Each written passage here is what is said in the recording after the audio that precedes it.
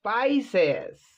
Hello, my dear Pisces. Hello, hello, hello. Kumusta naman po ang lahat? I hope and pray na nasa mabuting kalagayan ng each and everyone out there, okay? Sa mga hindi pa po nakakakilala sa akin, my name is RJ, your tarot card reader. At ang gagawin natin today is ang iyong second half of October. This is from October 16 hanggang sa katapusan.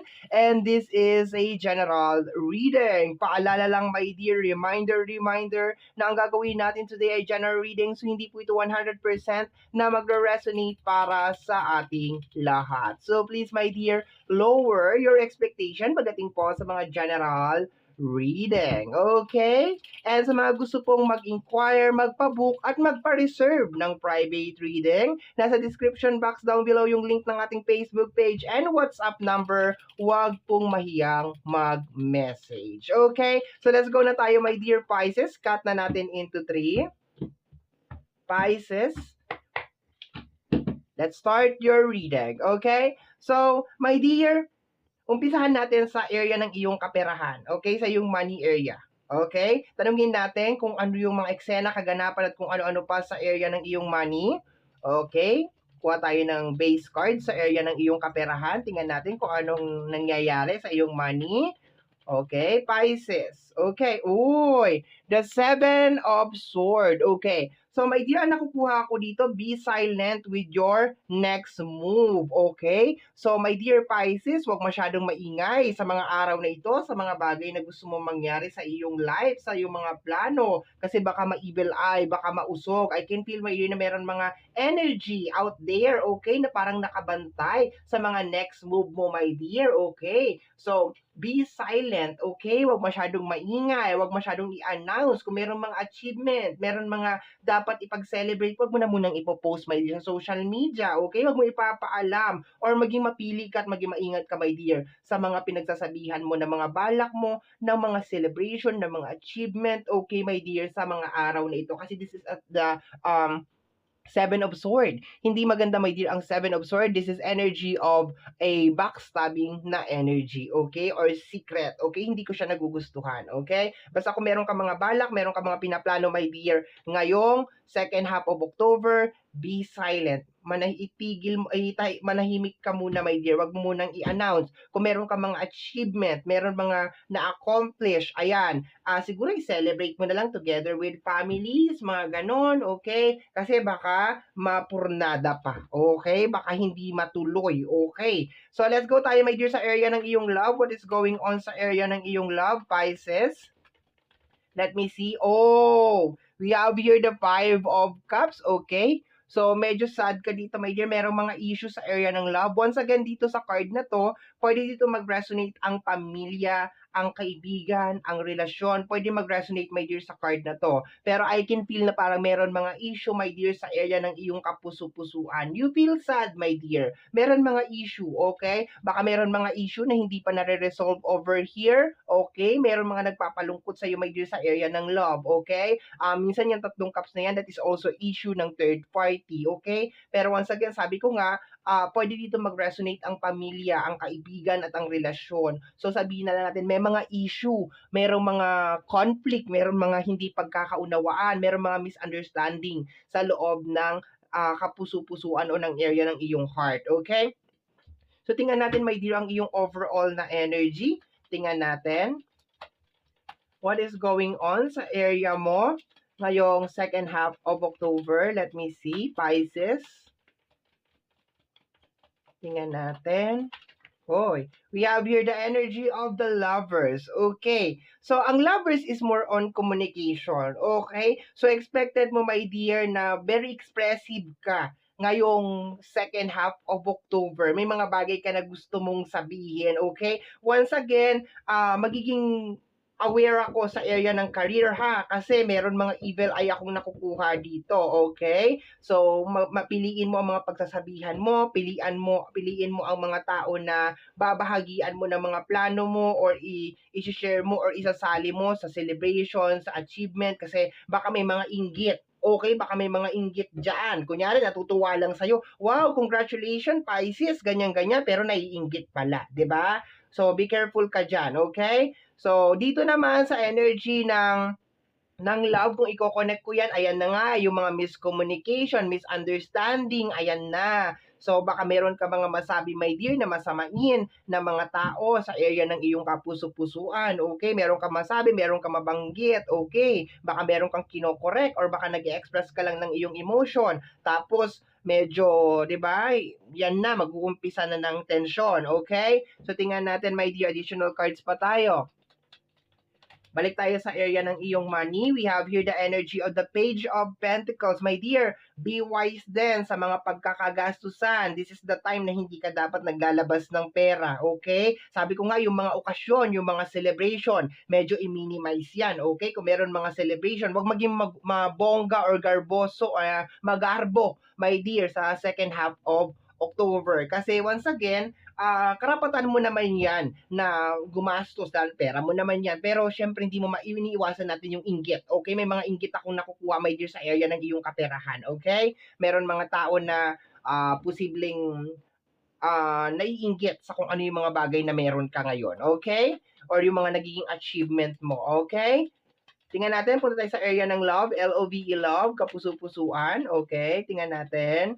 Okay, meron tayong dalawang card over here. Yung isa dito, medyo ilalagay na natin sa area ng iyong heart. Okay, we have here the energy of the magician. Okay, so I can feel na parang meron ka lang naman mga, alam mo maganda yung energy, maganda yung layunin mo, my dear. Okay, maganda yung layunin mo over here sa energy ng magician sa area ng love kasi nakukuha ko na parang meron ka lang namang gustong malaman, meron ka lang na gustong ma-settle, meron ka lang gusto na maayos sa area man yan ng pamilya or sa area ng family, friends, and relationship, okay? Meron ka lang gustong malaman. Actually, yung pakikipag-usap mo sa area ng love, maganda yung energy, okay? Meron ka lang gustong maayos, meron ka lang gustong ma-confirm. Kaso, parang yung problema, my dear, so far nakukuha ko sa reading natin, ang magiging problema dito is I think yung mga tao sa labas yun talaga ang magiging problema mo talaga, my dear, sa second half of October. Kasi I can feel na parang meron mga evil eye, meron mga naiinggit, meron mga tao na umiiwas sa confrontation, meron mga tao na ayaw magsabi ng totoo, okay? Pero ikaw, gusto mo lang naman na maayos. Kung sa relationship yan, maayos yung relationship. Kung sa family, ganun din. Sa friendship, ganun din.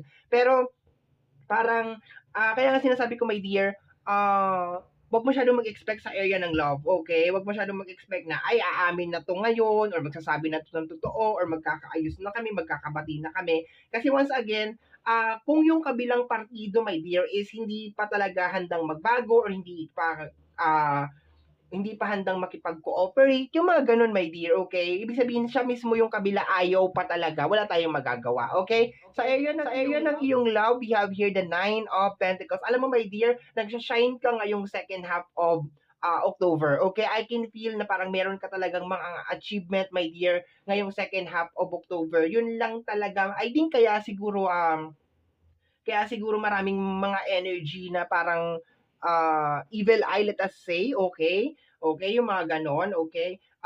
Because of you are shining ngayong second half of October. Kung meron kang mga binabalak, ayan, mangyayari siya, matutupad siya, my dear. Sabi ko nga, just be silent dito sa mga balak mo na ito kasi para hindi siya maudlot, hindi siya mausog, my dear, okay? Ang lakas talaga ng energy, my dear, na parang may mga tao sa labas, sa circle mo. It really doesn't matter kung kaibigan mo, katrabaho mo, kapamilya mo, or minsan pa nga nasa loob ng relationship, okay? Ang hindi natutuwa sa kung ano yung nangyayari sa'yo as of this moment, my dear, okay? So, ayan. Next card tayo, my dear. Pero ang ganda ng energy ng iyong heart, okay? Ang ganda. You are enjoying, you are happy, okay? We have here the Five of Sword, okay? My dear, kung nanghihingi ka ng support, okay? Expected mo mahirap makakuha ng support. Pero just trust yourself, my dear. Magagawa mo yan kung ano yung gusto mo mangyari. May support man or may support man, meron man support, wala meron support o wala man support, my dear, ng mga tao sa paligid mo, ma-achieve mo siya, my dear. Kasi this is the Five of Sword, okay? Ito yung energy, my dear, ng abandonment, my dear, okay? Once again, medyo meron ka dito mga pinaglalaban, my dear. So, baka konektado dito yung mga energy ng abandonment, pinabayaan mo ko, yung mga ganyan. Hindi ka makakakuha ng positive na feedback, my dear, galing dun sa tao na yung kung sino man yung kung nasa loob man yan ng relationship, nasa loob man yan ng family, yung mga ganyan. Hindi mo makukuha yung reaction o yung energy o yung result, my dear, na hini-expect mo, my dear, sa tao na yon. So, just be aware with that, okay? Pero, kaya mo siya, nakukuha ko dito, kaya mo kung meron ka mga gustong mangyari sa buhay mo, meron ka mga gusto ma-achieve, kaya mo siya, my dear. Yun nga lang talaga, just be aware, my dear, na hindi natin hawak yung energy ng ibang tao. Okay? Kahit na minsan maganda naman yung layunin natin, yung gusto natin mangyari, okay? Gusto mo lang naman magkaayos, gusto mo lang naman magkabati-bati, or kung ano man yung gusto mong mangyari, my dear. Minsan talaga, meron talaga mga tao talaga na nasa denial process, okay? Nasa denial sila, ayaw nilang aminin na tama ka, na tama yung sinabi mo or mali sila. Yung mga ganun, my dear, okay? So, you just need to be aware with that, okay? Yun ang nakukuha ko sa ating reading for today. Okay? Pero maganda yung energy mo. This is a really, really good time, my dear, para talaga mag-manifest. Okay? Ang ganda ng energy. Okay? So, tingnan natin. Be careful ka lang talaga sa pera, ha? Then, ha? Be careful ka lang din kasi baka meron mga manloko sa'yo, okay? The Four of Cups sa energy pa rin ng love. Ayan na nga, my dear. Meron talaga mga issue sa area ng love na parang ang hirap-hirap talagang ma-resolve. Although, gustong-gusto mo na talaga magkaroon ng closure, mapag-usapan kung ano man yung mga bagay na yan, parang mag-open forum, ganun, pag-usapan natin, ano ba yung mga problema, ano ba yung problema mo sa akin, yung mga ganyan, pag-usapan, magkabati, yung mga ganyan. Pero I can feel, my dear, na meron talagang mga tao na nasa area pa rin talaga, or meron mga energy, my dear, na nasa area pa rin talaga sila ng denial, okay? Or baka matigas lang talaga yung puso nila, ayaw nilang magpatawad, yung parang ganon, okay? So, tingnan natin. Wala tayong magagawa dun, my dear Pisces. Okay? Wag mong sayangin yung oras mo sa kanila. Okay? Last three cards tayo, my dear. Okay? We have here the energy of the night. Go lang, my dear. Meron ka ng go signal sa area ng iyong kaperahan. Tuloy-tuloy mo lang yan, my dear. Yun nga lang, once again, just be silent sa mga gagawin mo sa mga araw na to kasi ang daming matang nakatingin sa'yo, my dear. Okay? Baka ma-evil eye yung iyong mga plano, my dear. Diyan pumapasok, my dear, yung ating bracelet na tagalikay, okay? If you wanna purchase, if you wanna buy, okay? Diyan pumapasok yan para hindi tayo maapektuhan ng mga negative, okay? Ang ganda ng energy ng iyong career, okay? Sure success to, my dear, para sa'yo, okay? Tingnan natin, last two cards na lang tayo, dear Pisces, my dear Pisces, last two cards na lang tayo. We have here the energy of the Ten of Cups, okay? So, sa energy ng Ten of Cups, may lumilipad na lamok. Ayan, sa energy ng Ten of Cups, this is energy, baka mga family issue to, my dear. Family issue, sa tamang panahon, my dear, magkakaayos din. Sa tamang panahon, magkakabati din. Huwag mong ipilit, my dear, ngayong second half of October, okay? Sa area ng love, sa area ng family, friendship, and relationship, huwag mong ipilit, my dear, okay? Bigyan mo ng time yung tao na yan. Bigyan mo ng space yung tao na yan, my dear, okay? It really doesn't matter kung anong placement niya sa buhay mo, kapamilya mo man yan, kaibigan mo man yan, karelasyon mo yan. Bigyan mo ng time, my dear, kasi I can feel na nasa denial process talaga siya, my dear. Okay, nasa denial process siya. Okay? Last card tayo, my dear, para sa closing. We have here the energy of the Hermit. Okay? So,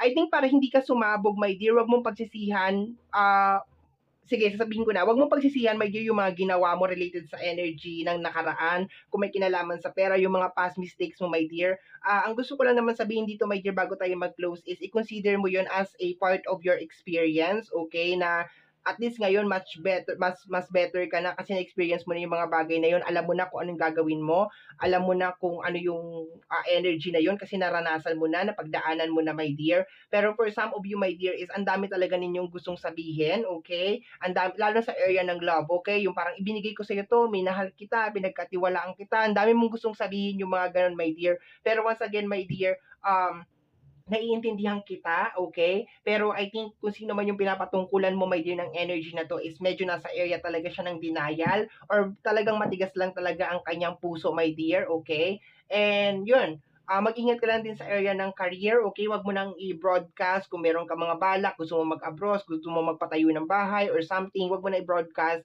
And as much as possible, wag ka na munang gumawa ng mga big celebration ngayong second half of October kasi talagang napakalakas talaga ng evil eye sa area ng iyong kaperahan, okay? Bottom deck of the card is the Seven of Wands, okay? Protektahan mo, my dear, ang mga pangarap mo sa buhay, okay? Yun ang nakukuha ko dito.